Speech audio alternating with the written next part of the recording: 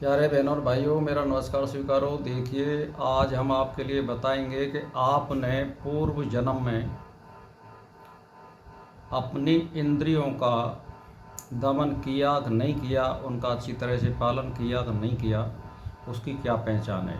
यानी पिछले जन्म में आपने आचरण कैसे किए। ये ज्योतिष के माध्यम से मैं बताने की कोशिश करूँगा और इसमें अपनी तरफ से कोई लगाया नहीं जाता है। ये ग्रंथों में से देख करके सार लिया जाता है जो ऋषि मुनियों ने बता रखा है, उसी के आधार पर मैं बता रहा हूँ। तो जैसे मान के चलिए आपने सहज और सात्विक वृत्ति से अपनी इंद्रियों का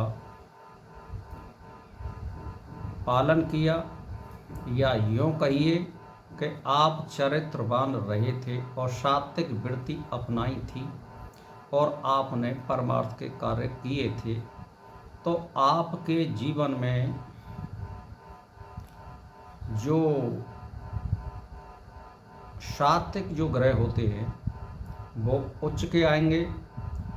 अगर स्टैंडर्ड तरीका से आप चरित्रवान रहे, उससे बीज का मेल का पालन किया है, तो आपके स्वराशि के ग्रह आएंगे। तो जैसे मान के चलिए आपका गुरु उच्च का आया है और वो लगन में या चतुर्थ सप्तम या दसम स्थान में बैठा है, एक तो ये फिर शुक्र उच्च का होना चाहिए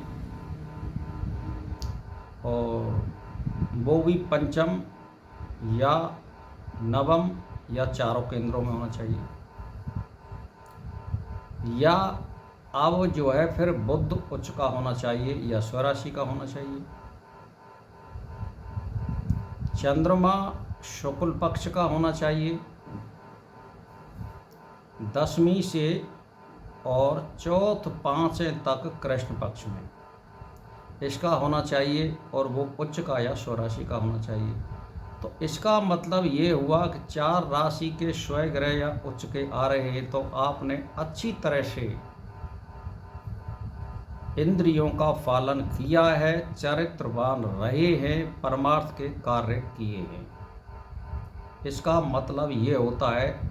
और ये कार्य जो किए जाते हैं ये कोई पशु योनि में या पक्षी योनि में नहीं किए जाते हैं, मनुष्य योनि में ही किए जाते हैं।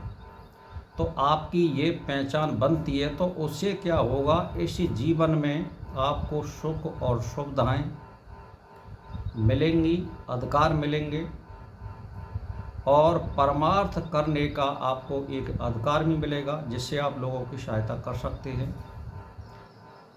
अब मैं ये नहीं कह सकता आप बहुत बड़े घर में भी जन्म ले सकते हैं इन ग्रहों के प्रभाव से, जहां आप सब कामों को कर सकते हैं बिना गवर्नमेंट की सहायता के भी। यदि मान के चलिए आपने गरीब परिवार में जन्म लिया है, तो स्टैंडर्ड की बुद्धि मिलेगी और फिर सरकार में प्रवेश करोगे या संस्था में कोई प्रवेश करोगे या बहुत बड़े व्यवसायी परमात्मा बना देगा आपको, और या किसी संस्था से आपको परमात्मा जोड़ देगा, तो फिर आपके लिए परमार्थ का कार्य करने का वो मार्ग खोल देगा।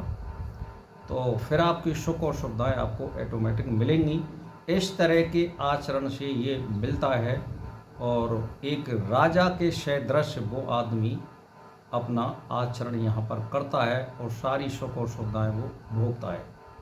तो ये उच्च के और स्वराशि के ग्रहों का ये मतलब होता है। यह कुंडली में यदि मान के चलिए आपके जैसे कुंडली में शनि उच्च का आ रहा है, मंगल उच्च का आ रहा है,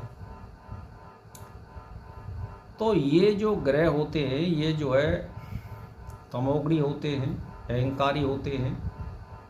तो इनका मतलब ये है कि आपने हठपूर्वक इंद्रियों का पालन किया है, दमन किया है, सात्विक वृत्ति से इंद्रियों का पालन नहीं किया है। जैसे मान के चलिए कि भाई मैं एक पाँव पर खड़ा होता हूँ और मैं फलाने काम को कर दूंगा, या मैं अन्न नहीं खाऊंगा, या मतलब एक पैर पे खड़े होना या खड़े श्री ले लेना, ये इस तरह के आचरण होते हैं। तो इसमें अहंकार आता है और इसमें उच्च के शनि और मंगल आते हैं, राहु भी आता है, केतु भी आता है, इस तरह के ये ग्रह होते हैं।